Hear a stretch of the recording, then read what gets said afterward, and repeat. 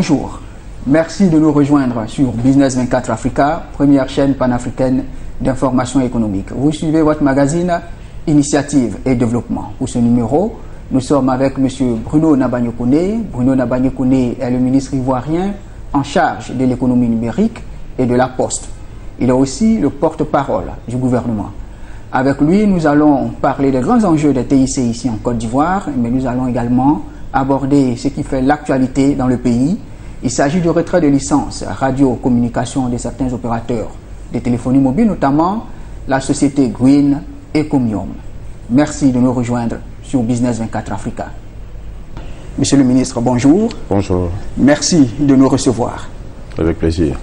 Depuis le 12 janvier 2016, votre ministère a changé de dénomination. On parle du ministère de l'économie numérique et de la poste. Pourquoi ce changement? Pour en parler simplement, il faut voir que la dénomination précédente était fortement connotée par l'aspect technologique, par l'aspect infrastructure.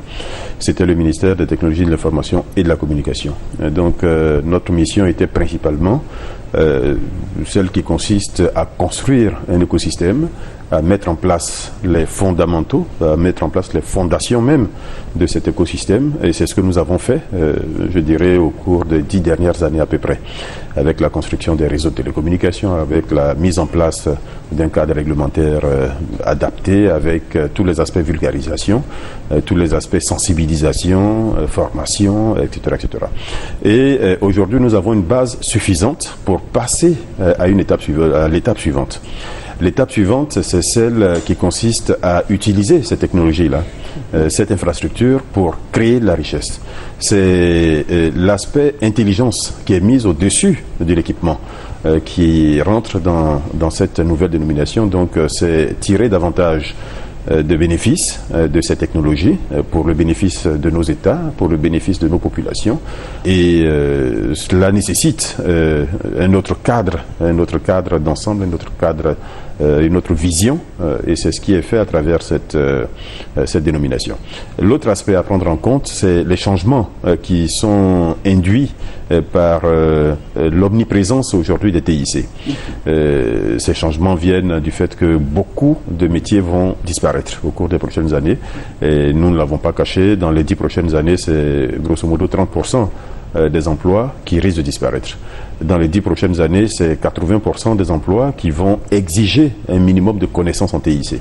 Et donc, il y a tout un écosystème qu'il faut bâtir pour permettre que cela se fasse, mais sans trop d'inconvénients pour nos populations, sans trop de douleurs, entre guillemets, pour nos populations.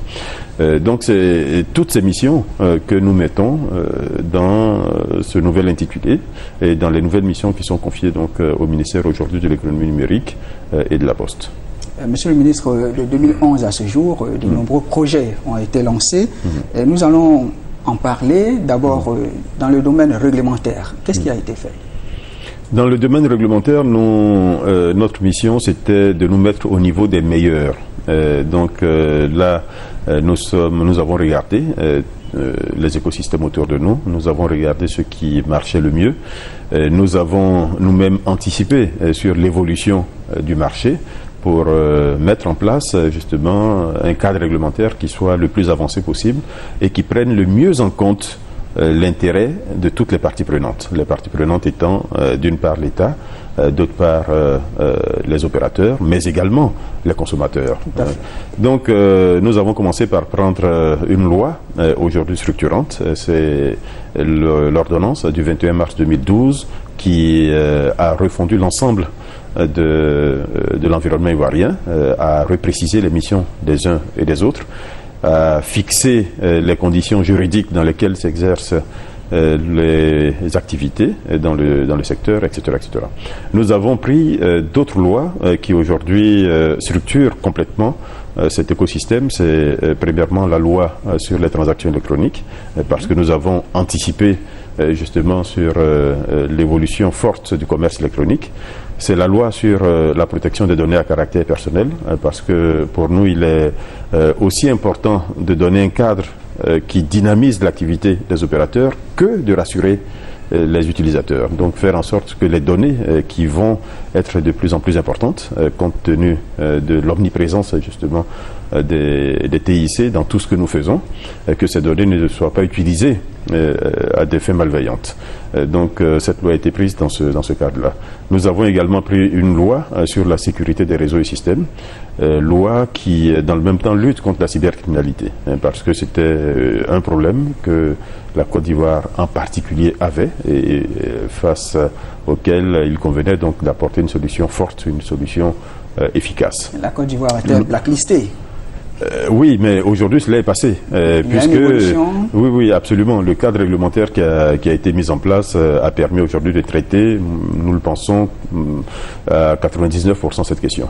Aujourd'hui, il y a encore des problèmes résiduels, mais vous pouvez voir que malheureusement, les jeunes qui se livrent encore à cette activité tombent systématiquement dans le piège. Donc aujourd'hui, l'environnement ivoirien permet de lutter efficacement contre la cybercriminalité, et ça nous pouvons le dire sans hésitation. Au-delà des lois, nous avons restructuré complètement l'environnement des acteurs publics. C'est ainsi que nous avons séparé les activités, par exemple, de régulation, des activités de gestion de fréquence. Donc aujourd'hui, nous avons la RTCI qui régule à la fois le secteur des TIC et le secteur de la poste.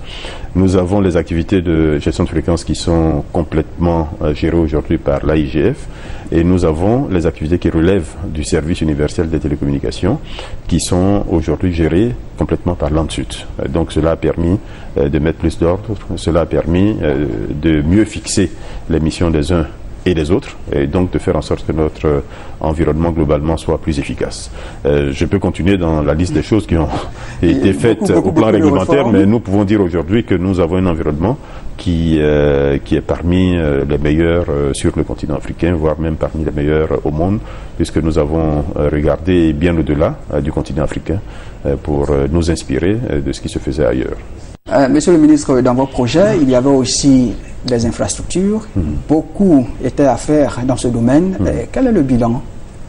Beaucoup était à faire, beaucoup reste à faire, mais on peut également dire que beaucoup a été fait au cours de ces quelques années, puisque notre ambition c'était d'une part d'avoir une connectivité la meilleure possible à l'international. Cela a été fait complètement aujourd'hui. Nous avons des capacités à l'international aujourd'hui à travers les câbles sous-marins WAX du groupe MTN, ACE du groupe Orange et SAT3, l'ancien câble. Nous avons des capacités aujourd'hui grosso modo 100 fois supérieures à celles que nous avions en 2012. Donc cet aspect est traité. Au plan national, nous avions l'ambition de construire 7000 km de fibre optique. Nous sommes aujourd'hui à 2000 km achevés. Et ça, c'est un retard. Ça fait un moment que ça a commencé. Les choses n'avancent pas au rythme voulu. Quel est le problème ? Les choses n'ont pas avancé au rythme que nous-mêmes aurions voulu. Premièrement parce que ce sont des travaux d'infrastructure, donc c'est long, c'est des travaux de génie civil principalement. Donc il s'agit de faire des tranchées le long de nos routes, il faut prendre des autorisations, il faut traverser des champs, donc évidemment, ou dédommager, ou prendre l'accord des personnes qui peuvent éventuellement perdre des biens. Et puis nous avons connu des malfaçons, nous ne l'avons pas caché, sur une partie du réseau, notamment dans la partie ouest, et nous avons mis effectivement un an, grosso modo un an et demi, à discuter avec le constructeur de cette partie, à trouver un accord et à faire reprendre des travaux. Les travaux ont été repris et ils sont aujourd'hui en train d'avancer correctement. Nous pensons à partir de maintenant que dans les 3-4 mois au maximum, nous aurons terminé complètement sur cette partie ouest. La partie Est est achevée, elle a été inaugurée, puisque vous avez tous assisté aux échanges que le Premier ministre a pu avoir par visioconférence avec les préfets des départements de Bouna, de Bondoukou. Cette partie est complètement achevée. Dans le même temps, nous travaillons, nous avons lancé l'appel d'offres pour les 3 projets donc, restants, qui grosso modo font 5000 km.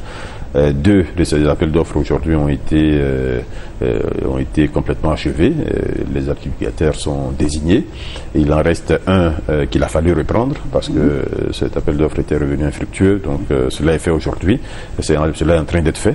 Donc ce 3e opérateur sera désigné désigner et il faudra compter entre 18 et 24 mois. Non, monsieur le ministre, on peut le dire, d'ici 2 ans, ça sera fini avec le projet de fibre optique. Le projet de fibre optique qui consiste à interconnecter l'ensemble des chefs-lieux de département, effectivement, sera achevé. Mais ce n'est pas le seul projet. Au niveau transmission, nous avons également travaillé sur le projet du CDMA. CDMA qui a consisté à installer 80 BTS qui couvrent à peu près 1000 localités. Cela a permis de désenclaver un grand nombre de localités, de permettre à certains services de l'administration dans des zones qui n'étaient pas couvertes, ni par le fixe ni par le GSM, donc de les raccorder au réseau téléphonique. Cela permet à des préfets, à des sous-préfets, à des centres de santé, à des commissariats, etc., aujourd'hui de fonctionner mieux qu'avant. Dans le même temps, nous avons également travaillé sur certains aspects qui relèvent davantage du secteur privé. Nous avons lancé la 3G. C'est important parce que la 3G a permis de remonter très fortement le taux de pénétration au niveau de l'Internet, de l'abonnement Internet en Côte d'Ivoire. Nous étions avant au niveau des solutions qui existaient, donc les seules solutions filaires aux environs de 200 000 abonnés. Nous sommes aujourd'hui à 8 millions d'abonnés à l'Internet, à 8 millions de personnes qui régulièrement se connectent à Internet pour l'essentiel via les solutions de mobilité, donc le téléphone mobile, donc via la 3G. Donc c'est une initiative qui a été prise depuis l'arrivée du président Alassane Ouattara, puisque la 3G n'a été lancée qu'en 2012 en Côte d'Ivoire.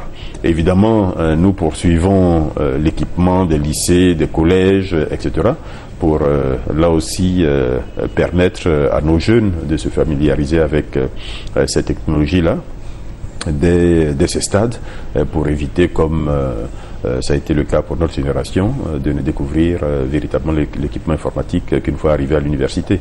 Ouais, donc les investissements dans le secteur se poursuivent. Ils sont à un niveau important. Je pense qu'il faut mettre également un point d'honneur. Je pense qu'il faut là aussi saluer le travail qui est fait par les opérateurs privés qui chaque année investissent chacun entre 20 et 40 milliards de francs CFA.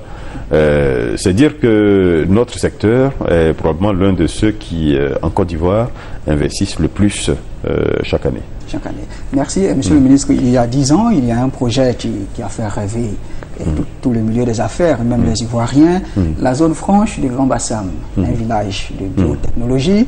Où en sommes-nous? Les projets traînent, vont à un rythme un peu lent. Où en sommes-nous avec le projet de zone franche? Là aussi, le projet ne traîne pas. Le projet ne traîne pas.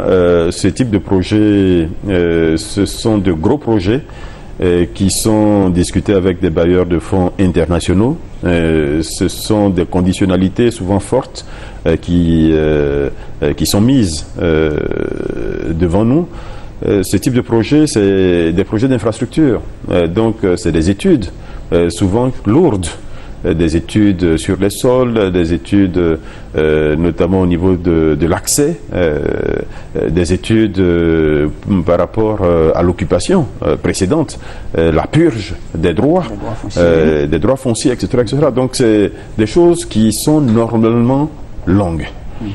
Donc je dirais que là, il n'y a pas de retard. Je conviens avec vous que c'est long, mais il n'y a pas véritablement de retard. Nous avons repris langue avec les bailleurs de fonds. À l'époque, cela a été un peu long, après la crise que notre pays a connue, de remettre les choses en place.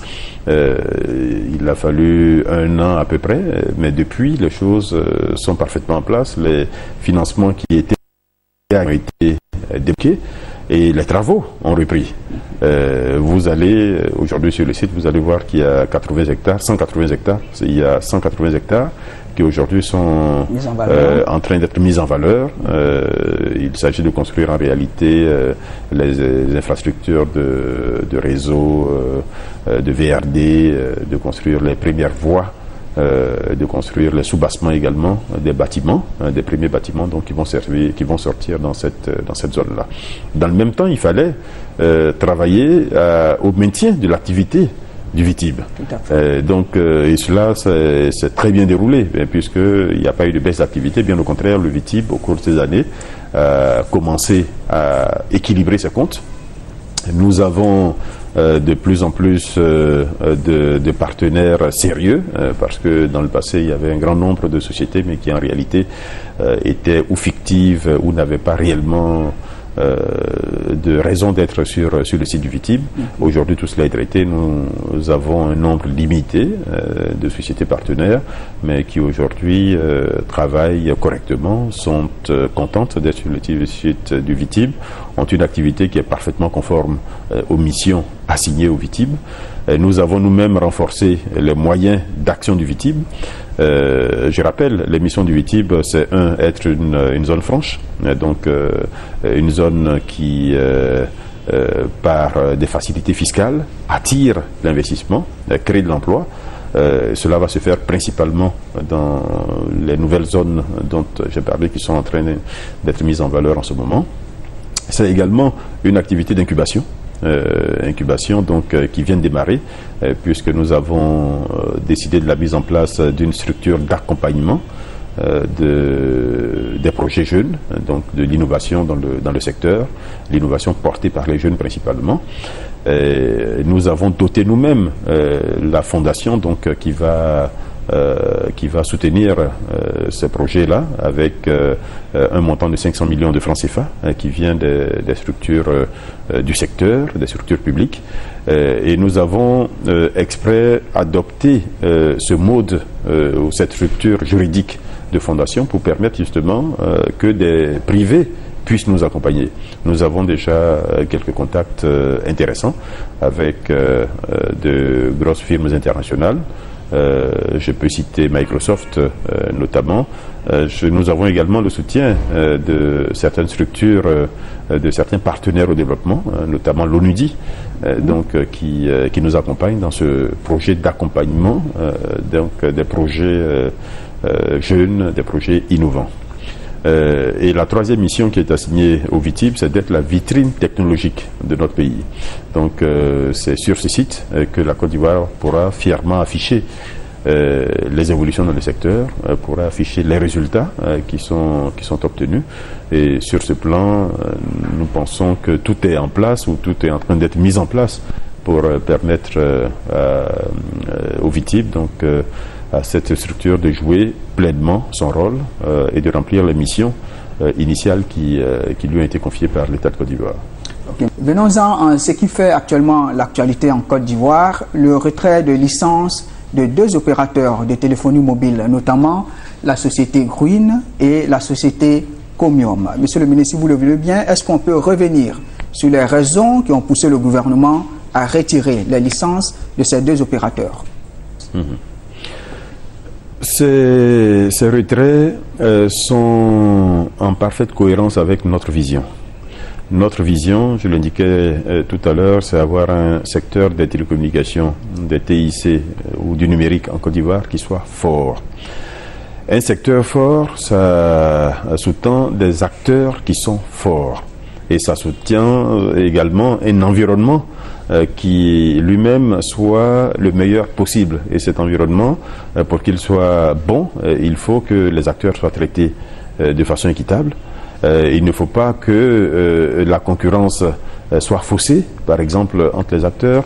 Et il ne faut pas que certains privilèges soient donnés à certains acteurs et pas à d'autres, etc., etc. Donc, l'idée, c'est créer un environnement des TIC qui soit le meilleur possible et qui permette à chacun des acteurs de s'exprimer de la meilleure façon, de produire le plus possible pour l'ensemble des parties prenantes, celles que j'ai citées tout à l'heure, donc l'État, les opérateurs eux-mêmes et les clients et les consommateurs. Ces décisions, elles sont prises principalement dans l'intérêt des consommateurs et ça, j'aimerais insister là-dessus. Principalement dans l'intérêt des consommateurs. C'est-à-dire comment? La première chose, c'est que les consommateurs décrivent régulièrement, par exemple, les problèmes de qualité de service. Et nous entendons ces critiques-là. Mais l'une des raisons principales des problèmes de qualité de service, c'est le manque de spectre qui est accordée aux opérateurs qui sont les plus importants en Côte d'Ivoire. Vous avez 7 opérateurs qui se répartissent pratiquement à parts égales le spectre de fréquences. Mais quand sur les 7, vous en avez 4 qui font 4% du marché, c'est là que nous avons un problème. Parce que malheureusement, cela impose aux autres, ceux qui font 96% du marché, de n'utiliser en réalité que 50% du spectre. Donc il y a une surcharge, ce qui crée des problèmes d'interférence, ce qui crée des coupures dans les appels, etc., etc. Donc il fallait mettre fin à cela.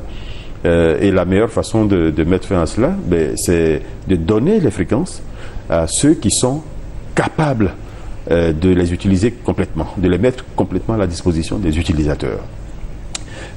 Ça, c'est la première chose. La deuxième chose, dans l'intérêt des consommateurs, parce qu'il faut des acteurs qui soient suffisamment forts pour investir, pour continuer d'investir, pour continuer d'innover. Mais quand vous subventionnez, entre guillemets, des acteurs qui sont incapables en réalité de fonctionner, vous les subventionnez uniquement pour leur fonctionnement. Vous subventionnez des sociétés juste pour qu'elles payent des salaires. C'est ce qui se passait. Mais cette subvention, c'est l'État qui l'a supportée. Et cela n'était pas suffisamment dit, puisque nous sommes montés jusqu'à 90 milliards. Nous ne sommes pas apparus du jour au lendemain à 90 milliards. Donc ces 90 milliards se sont constitués progressivement. Donc c'est-à-dire que l'État a fait toute sa part, que l'État a laissé le temps aux opérateurs de se reconstituer, a laissé le temps aux opérateurs de corriger leurs faiblesses pour être en capacité d'exercer complètement sur le marché. Mais ils n'ont pas pu le faire. Et nous nous sommes retrouvés à ce niveau. Donc j'allais dire, la situation nous a été en réalité facilitée par les opérateurs, parce que nous avions ces contraintes techniques, mais si ces opérateurs avaient été en règle juridiquement, nous n'aurions pas, comme nous l'avons fait, retiré, parce que la signature de l'État est forte aujourd'hui et nous la respectons. Donc si des engagements ont été pris par l'État de Côte d'Ivoire, il y a le principe de continuité, et nous aurions certainement continué. Mais il se trouve que ces opérateurs sont défaillants, que ces opérateurs ne payent pas les licences, que ces opérateurs ne payent pas les autres charges qu'ils ont, notamment toutes les charges de régulation, etc. Que ces opérateurs ne payent même pas les fréquences, ne payent même pas l'interconnexion. L'interconnexion quand ils transmettent du trafic à leurs collègues. Donc tout cela fausse le jeu de la concurrence. Et tout cela crée un marché à deux niveaux, où vous avez des opérateurs qui sont en mesure d'investir, qui tentent plus ou moins de respecter leur cahier des charges, et puis d'autres qui sont incapables de respecter leur cahier des charges. Et cela crée des difficultés dans la régulation. Vous ne pouvez pas imposer des choses à ceux qui font des efforts et ne pas imposer la même chose aux autres. Sous le prétexte qu'ils n'ont pas les moyens de le faire. Voyez. Oui, monsieur le ministre, donc nous retrouvions... Est-ce que c'était le moment, est-ce que c'était opportun? Green, 300 emplois directs, et Comium, 400, ça fait 700 emplois directs et certainement des milliers indirects. On se demande, est-ce que c'était opportun de prendre la décision maintenant? Mais la décision n'aurait pas été prise maintenant. De toutes les façons, ces acteurs ils auraient disparu du marché. Ou ils disparaissaient d'eux-mêmes du marché, ou, comme je l'indiquais tout à l'heure, l'État aurait été contraint de continuer à subventionner ces opérateurs-là. Dans quel pays du monde vous voyez l'État, donc la structure publique, le budget de l'État, en train de subventionner des opérateurs privés? Ça ne se fait pas. Et j'allais dire, c'est ni dans l'intérêt de l'État, ni dans l'intérêt des populations. Il faut que les Ivoiriens comprennent cela. Quand un privé vient investir, ce n'est pas pour ensuite être subventionné par l'État. Tout à fait. Et quand il investit et qu'il y a des besoins de financement, c'est aux actionnaires de cet opérateur privé-là d'investir. Nous avons attendu que les actionnaires fassent leur part, fassent leur travail, ils ne l'ont pas fait. Donc ne demandez pas à l'État de se substituer à ces actionnaires, à ces opérateurs, pour faire le travail qu'ils devraient faire eux. D'une part, et puis d'autre part, sur la question des emplois, en réalité, il n'y a pas 700 emplois comme vous le dites, il y a exactement 539 emplois qui sont concernés sur les structures dont nous parlons. Et notre conviction est que ces 539 emplois, rapidement, vont être recréés recréé par le nouvel opérateur, le quatrième opérateur donc, qui va être constitué, qui va être créé. Ce quatrième opérateur... mais qui n'est pas encore connu. Ce quatrième opérateur n'est pas connu. Ce quatrième opérateur, nous estimons qu'il est logique, qu'il est intelligent. Il n'ira pas prendre des gens qui n'ont pas d'expérience. Le plus simple pour lui, ce sera de prendre des gens qui ont déjà une expérience dans le secteur. Donc ce n'est pas une obligation, ce n'est pas une obligation pour le quatrième opérateur, mais c'est une possibilité. Là aussi, si nous en avions fait une obligation, ce serait méconnaître les règles de fonctionnement d'une entreprise privée. Et il faut qu'on arrête de faire des amalgames. Une entreprise privée, elle fonctionne selon un certain nombre de règles. Je vous indiquais tout à l'heure que ce n'est pas à l'État de subventionner, par exemple, l'entreprise privée, mais ce n'est pas à l'État non plus d'imposer à l'entreprise privée de recruter du personnel. L'État peut le faire sur des structures publiques, mais pas à une entreprise privée. Mais nous avons tenu quand même à faire en sorte que cela soit l'une des conditions, l'un des engagements pris par l'opérateur et sur lesquels l'État se prononcerait. Nous ne l'avons pas caché. Un engagement qui n'est pas obligatoire. C'est un engagement, mais ensuite cet engagement peut être mis dans un cahier des charges. Mais il s'agit d'un engagement de l'opérateur, pas d'une obligation mise à la charge de l'opérateur par l'État. C'est ça la différence. Donc c'est un engagement qui est pris librement par l'opérateur. Donc qui sera dans son cahier des charges, et l'État donc devra s'assurer qu'il respecte son cahier des charges. Donc sur ce plan, nous ne sommes pas très inquiets, d'une part parce que cet opérateur aura intérêt à recruter ceux qui ont l'expérience, et ceux qui ont l'expérience, ceux qui malheureusement aujourd'hui perdent leurs emplois, et puis deuxièmement, nous sommes dans un secteur qui continue de se développer. Heureusement, nous sommes dans un secteur qui continue d'offrir des opportunités d'emploi. Donc, personnellement, je comprends l'amertume de ces ressources humaines, de ces employés qui ont, pour beaucoup, travaillé longtemps dans ces structures, qui y ont mis toute leur énergie, leur intelligence, etc. Ce n'est pas leur faute. C'est la faute aux actionnaires, devrais-je dire, ou la faute à leurs dirigeants. Donc nous sommes effectivement préoccupés par leur situation et nous sommes en train de tout faire pour que l'impact social soit amoindri le plus possible. Il faut qu'ils le comprennent. Je sais qu'ils l'ont compris d'ailleurs, puisque nous sommes en rapport avec ces employés. Nous avons nous-mêmes au cabinet ici discuté avec certains des syndicats, etc. Donc nous savons qu'ils comprennent parfaitement la position de l'État. Nous sommes totalement en phase avec eux. Nous allons faire en sorte que leurs difficultés durent le moins longtemps possible. Ok, monsieur le ministre, un quatrième opérateur, on nous parle d'une caution de 100 milliards de francs CFA. Est-ce vérifié? N'est-ce pas là une somme trop colossale? Je ne sais pas qui a parlé d'une caution de 100 milliards. Je pense que vous faites probablement allusion au coût de la licence, justement, supportée par les opérateurs précédents. Non, ici, nous avons fait en sorte que ce soit un concours. Un concours, ça consiste à dire principalement, voilà nos sujets de préoccupation. Et nous avons demandé aux opérateurs candidats de dire comment ou quelles réponses ils apportent à chacun de nos sujets de préoccupation. Donc chacun s'est exprimé, chacun a dit voilà sur tel plan voilà ce que je peux faire. J'évoquais tout à l'heure le problème de ressources humaines. Donc par exemple sur ce cas, chacun a dit voilà moi je pense pouvoir faire ci ou ça. Au niveau du coût de la licence, c'est la même chose. Et j'allais dire d'ailleurs c'est ce qui se pratique partout dans le monde. On ne peut pas imposer un opérateur qui entre, donc qui va faire, qui est tenu de faire des investissements relativement importants. On ne peut pas lui imposer la charge de ceux qui sont sur le marché depuis 20 ans. Donc c'est des choses qui se comprennent. Le concours, ça consiste à comparer donc des personnes qui sont candidates à un poste. Et évidemment, c'est le meilleur qui sera retenu. Donc nous sommes en train de faire le travail technique, de mettre clairement sur un papier les avantages, les inconvénients, les propositions qui sont faites par les uns et les autres. Cela va être remonté au niveau du gouvernement et puis un choix définitif sera fait et les populations seront informées de qui est le quatrième opérateur donc autorisé à exercer en Côte d'Ivoire. Monsieur le ministre, pour être totalement complet sur le sujet, on va parler des clients de Comium et de Green. Que va-t-il se passer pour eux? Et puis aujourd'hui, est-ce qu'on pourrait avoir un numéro pour tous les opérateurs? Vous en avez parlé il y a quelques jours. Pouvez-nous donner de plus en plus d'informations là-dessus?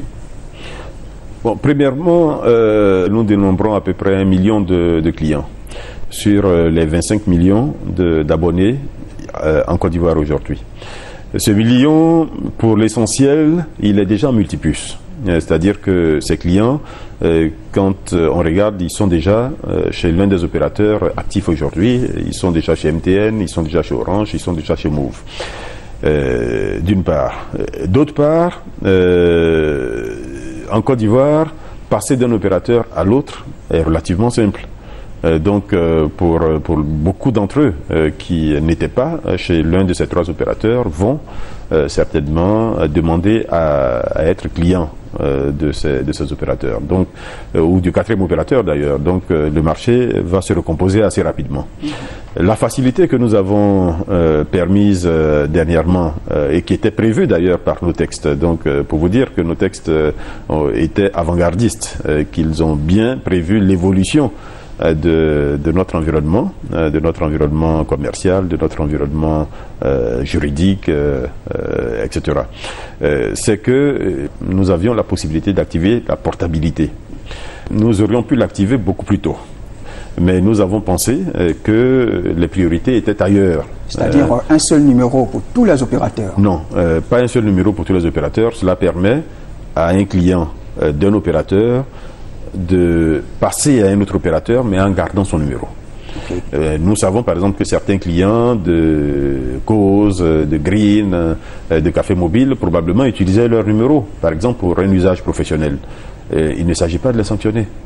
Il faut au contraire leur faciliter la tâche, donc permettre qu'ils puissent passer à un autre opérateur, mais sans perdre l'opportunité ou le lien qu'ils avaient déjà avec leurs clients, avec leurs fournisseurs. Donc nous avons activé beaucoup plus tôt que nous l'avions prévu, donc ce concept de la portabilité.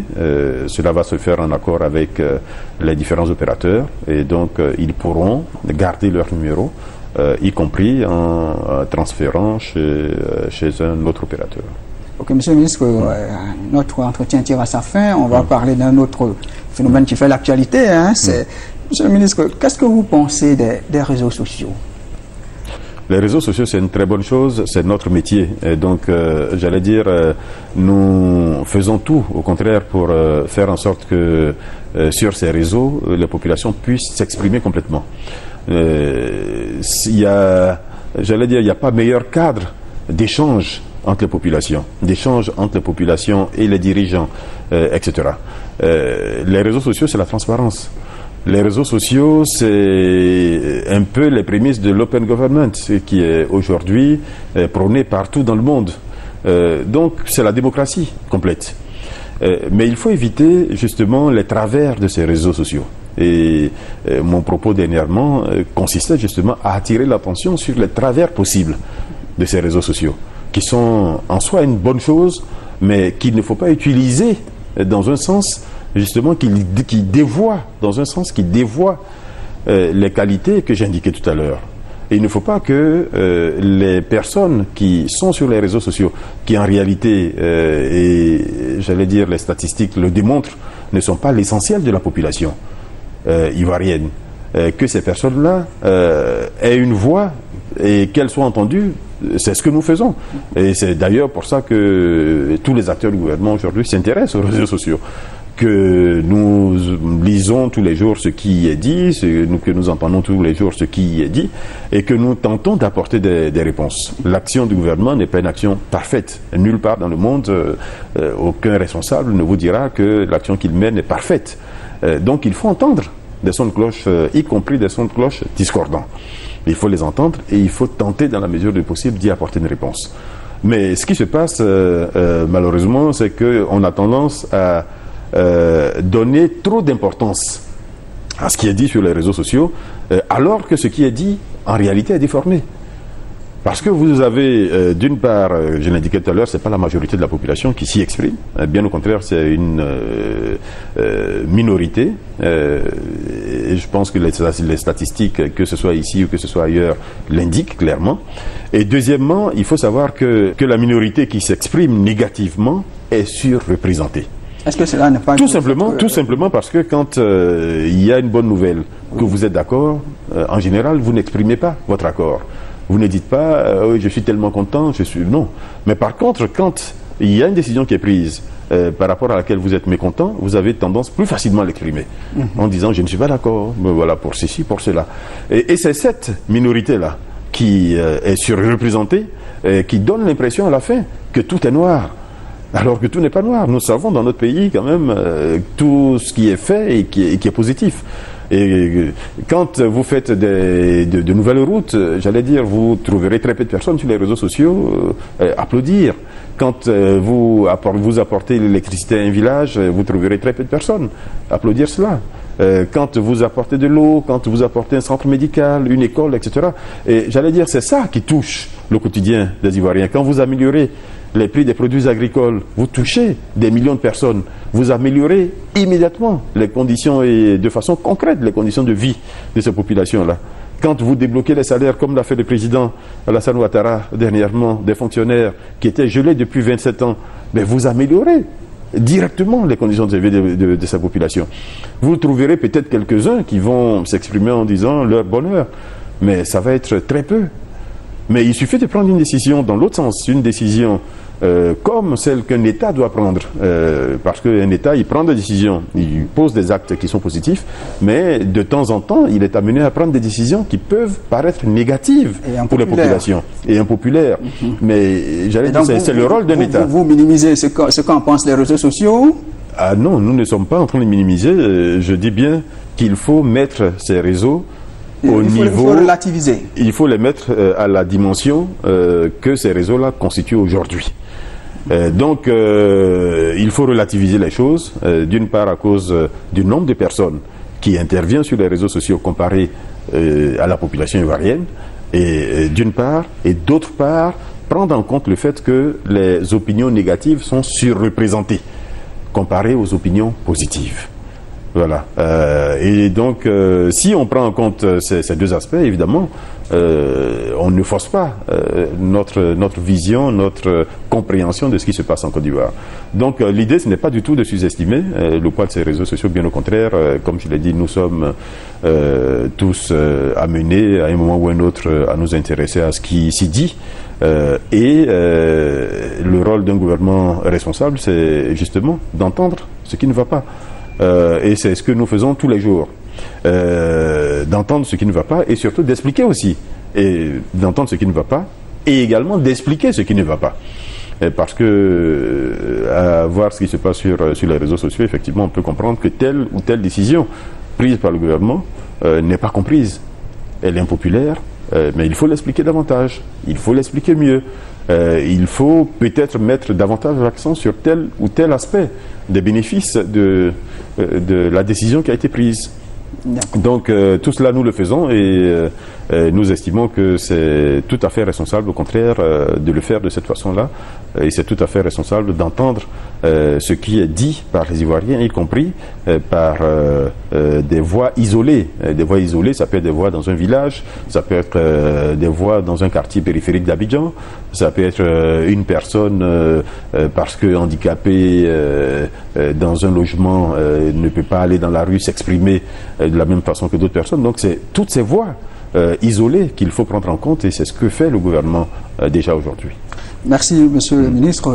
Notre entretien tire à sa fin. Avez-vous un dernier mot pour tous nos téléspectateurs, pour tous ces Ivoiriens qui vous écoutent? Un dernier mot, c'est premièrement de dire que la Côte d'Ivoire globalement avance bien. La Côte d'Ivoire depuis 5 ans avec la Côte d'Ivoire depuis 5 ans, grâce à la vision du président Alassane Ouattara, grâce au travail remarquable qui est fait par le Premier ministre, par l'ensemble du gouvernement, le pays avance. Et tous les indicateurs aujourd'hui montrent qu'il y a eu une bonne évolution entre 2011 et aujourd'hui sur tous les plans. Tout n'est pas parfait, et je l'indiquais tout à l'heure, dans aucun pays au monde, tout est parfait. Mais il est bon que les populations le comprennent, que les populations sachent ce qui va se faire, ce qui est en train de se faire.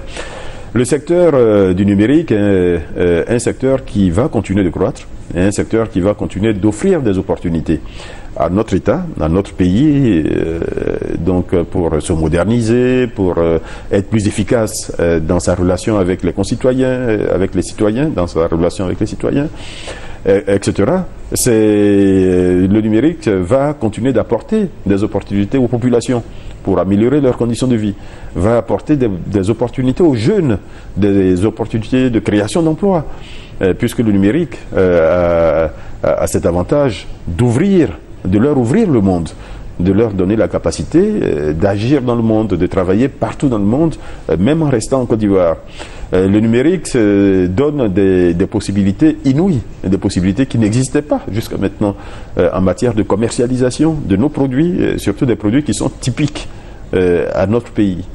Des produits de l'artisanat, des produits culturels que vous ne pouvez trouver nulle part ailleurs. Et qui peuvent aujourd'hui se commercialiser dans le monde entier. Le numérique, c'est des possibilités pour les jeunes de se former à distance, à travers le téléenseignement, à travers les MOOC, les Massive Open Online Courses. Le numérique, c'est la possibilité de mieux soigner nos populations. Le numérique, c'est la possibilité pour le gouvernement d'être plus efficace dans ses missions. En interne avec la e-administration que nous sommes en train de mettre en place, mais également dans sa relation avec les citoyens dans ce que nous appelons les e-services, qui vont faciliter la tâche aux citoyens, qui vont améliorer, fiabiliser les services qui sont fournis par l'État, faire en sorte que ces services soient moins coûteux, etc., etc. Donc, j'allais dire, il n'y a que des avantages. Il n'y a que des avantages. Il est bon que tout le monde le comprenne et que tout le monde accompagne ce travail d'ensemble qui est en train d'être fait pour que le numérique joue pleinement sa part dans la marche de notre pays vers l'émergence qui est promise à l'horizon 2020. Merci, Monsieur le Ministre. Merci de nous avoir suivis. C'est ici que s'arrête notre magazine Initiative et Développement. Je rappelle que nous étions avec le ministre Bruno Nabagno-Koné. Il est ministre ivoirien de l'économie numérique et de la Poste. Il est aussi porte-parole du gouvernement. Avec lui, nous faisions un tour d'horizon des grands enjeux des TIC ici en Côte d'Ivoire et aussi nous parlions de l'actualité, ce qui fait le buzz ici, c'est-à-dire le retrait de licence de radiocommunication de certains opérateurs de téléphonie mobile. Merci à vous de nous avoir suivis. Restez toujours scotchés sur Business 24 Africa, la première chaîne panafricaine d'information économique. Bonne suite de programme.